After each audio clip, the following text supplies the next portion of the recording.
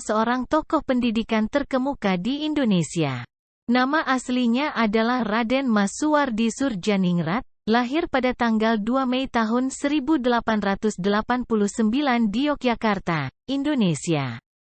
Dan meninggal pada tanggal 26 April tahun 1959 di Yogyakarta.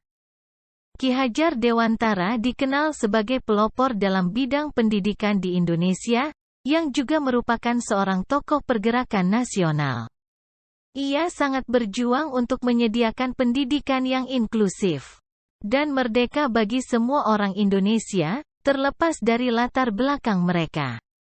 Ia berpendapat bahwa pendidikan adalah hak asasi manusia yang harus diberikan kepada setiap warga negara. Salah satu konsep pendidikan yang diusulkan oleh Ki Hajar Dewantara adalah Taman Siswa. Konsep ini mengusulkan pendekatan pendidikan yang lebih berorientasi pada kehidupan sehari-hari, budaya lokal, dan kemampuan individu.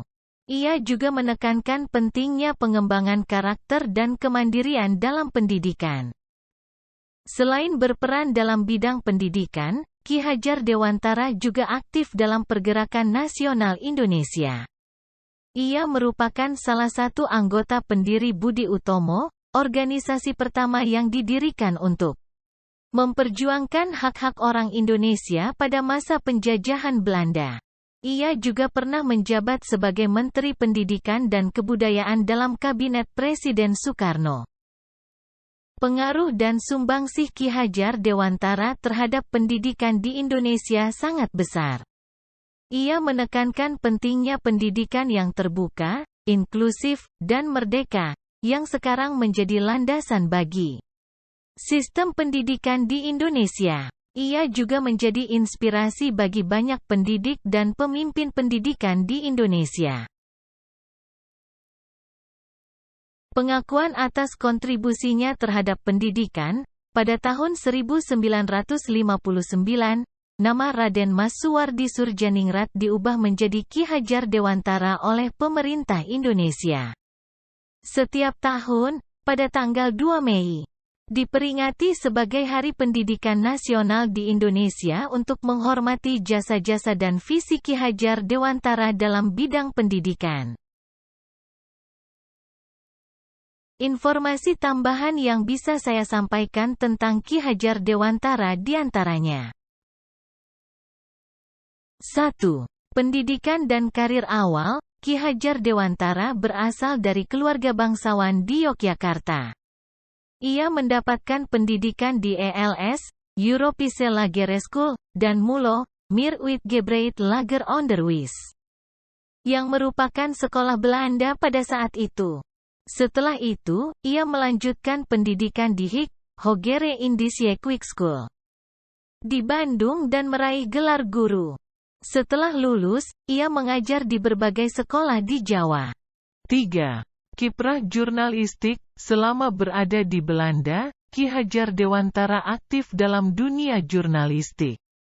Ia menjadi anggota redaksi majalah Jong Java dan terlibat dalam tulisan-tulisan yang membahas tentang pendidikan dan kebangsaan. 4. Taman Siswa. Setelah kembali ke Indonesia, Ki Hajar Dewantara mendirikan Taman Siswa pada tahun 1922 di Yogyakarta. Taman Siswa adalah sekolah yang mengusung pendekatan pendidikan yang lebih inklusif dan berdasarkan pada kehidupan sehari-hari. Konsep ini memberikan penekanan pada pengembangan karakter, kemandirian, dan pemberdayaan siswa. 5. Perjuangan pendidikan. Ki Hajar Dewantara berjuang keras untuk meningkatkan akses pendidikan bagi rakyat Indonesia, terutama bagi mereka yang kurang mampu dan terpinggirkan. Ia juga memperjuangkan pendidikan perempuan dan merangkul keberagaman budaya dalam sistem pendidikan. 6. Keterlibatan politik. Selain berperan dalam bidang pendidikan, Ki Hajar Dewantara juga aktif dalam politik. Ia pernah menjadi anggota Volksraad, Lembaga Perwakilan Rakyat Hindia Belanda, dan menjabat sebagai Menteri Pendidikan dan Kebudayaan di Kabinet Presiden Soekarno. 7. Karya dan tulisan, Ki Hajar Dewantara merupakan seorang penulis yang produktif. Beberapa karya dan tulisannya yang terkenal antara lain, Taman Siswa dan Sistem Pendidikan Nasional, dan Pendidikan Kita. Ia juga menerbitkan majalah bernama Pendidikan, yang menjadi wadah untuk menyampaikan gagasan-gagasannya tentang pendidikan. 8. Kontribusi dalam dunia sastra. Selain sebagai tokoh pendidikan, Ki Hajar Dewantara juga memiliki kontribusi dalam dunia sastra. Ia menulis puisi, esai, dan cerita pendek dengan menggunakan berbagai nama pena, seperti Pandu Surya, Rasadi Hardapati, dan Sudarsono. Karya-karyanya menyoroti permasalahan sosial dan pendidikan. 9. Pengaruh dalam pembentukan bahasa Indonesia. Ki Hajar Dewantara juga memiliki peran penting dalam pembentukan bahasa Indonesia. Ia berperan dalam Kongres Bahasa Indonesia pertama pada tahun 1926, dan berusaha untuk mengembangkan bahasa Indonesia yang mudah dipahami dan digunakan oleh semua lapisan masyarakat.